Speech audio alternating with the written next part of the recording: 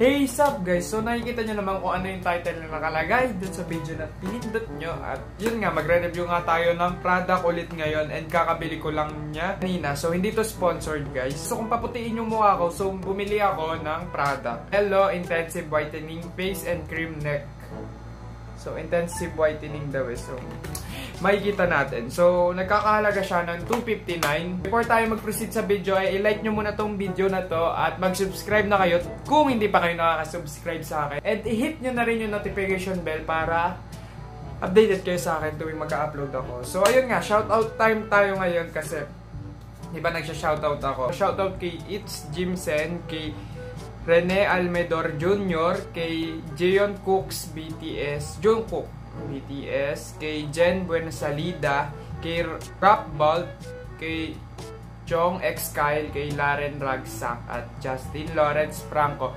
Shoutout po sa kanila. So ayun nga, kung gusto nyo ma-shoutout sa susunod kong video ay mag-comment lang kayo sa baba, tapos pipili ako ng 6 na nag-comment doon. So yun lang po, madali lang po. So yun nga po, proceed na tayo sa video. Ang product na to ay nakapaloob kay Bello. So ayun nga, pinagsama siyang kojic acid tsaka tranexamic acid. So yun nga, ano nga ba ang kojic acid? Is proven to prevent melanin production.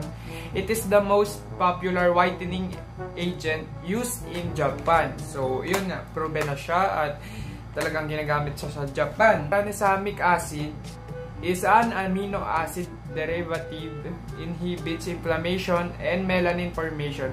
It is ideal for stubborn dark spots that do not respond to other skin lightening ingredients. Hindi pa ako nakakailamos, tas bagong uwi ko pa lang, so sobrang pagod ng mukha ko guys. As in, sobra siyang pagod. Maghilamos lang ako. Wait nyo ako ha. Nakabalik na ako and naghilamos na po ako. So gagawin ko sa harap nyo yung skincare ko. Ito muna ipapakita yung product kasi may separate na video ako tungkol sa skincare routine ko. So after kong maghilamos, diretso toner agad ako. Yan. Toner. So after ko mag-toner, magpapatak ako ng serum. So bago na yung serum ko ngayon, tignan nyo na lang. After nun, mag-moisturizer ako, tapos yung lips ko, then yung mata ko. Yun yung ko, pag i-skincare ko. So, ayun, ito yung gagawin muna natin, moisturizer for today. And yun, buksan na natin. Ang dami ko palang i-review guys, ang daming nakatambak sa akin ngayon. So, ito yung itsura niya. Tapos ito, tapos yung baba.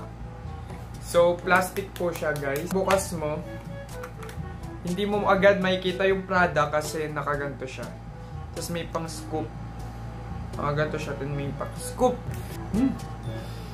Yung amoy niya ay bago lang sa akin. Yun, gagamitin na natin siya. So yung dito, aanohin natin yan. I-scoop natin yan kasi sayang. Mahal, $2.59. Tapos ilagay mo na sa mukha mo. Sabi daw, discontinue mo daw yung pag-use nito pag nakaramdam ka ng hapde or discomfort sa balat mo, or ayan, parami sa mata, or magka-rashes ka. Parang napunta sa mata ko.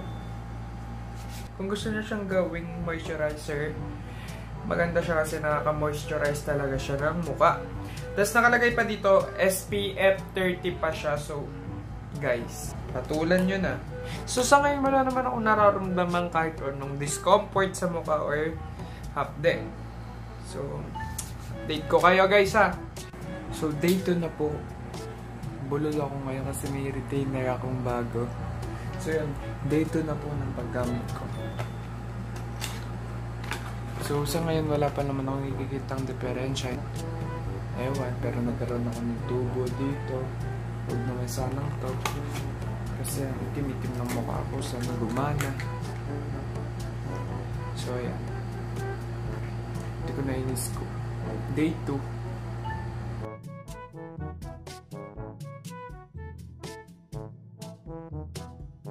So guys, yung last update ko, hindi ako nakapag-video kasi sira yung ang video ni Mama, picture lang tuloy.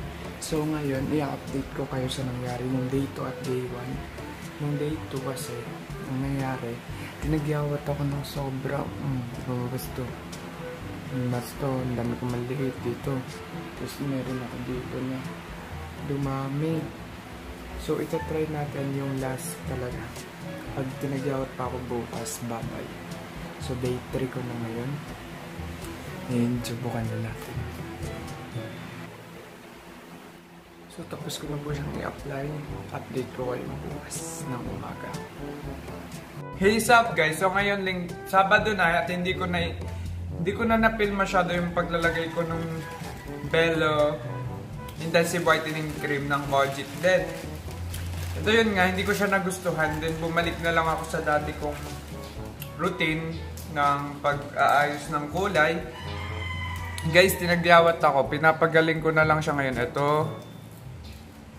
Tapos itong nasa noo ko. Tapos ito. Tinagyawat talaga ako guys. And ayun, para sa iba, siguro nagana siya. Pero para sa akin, hindi siya naging maayos. Kaya tinagyawat ako guys. So sana tignan nyo rin. Nakakatigyawat pala eh. Para sa akin, baka malay mo sa'yo hindi. So yun nga po.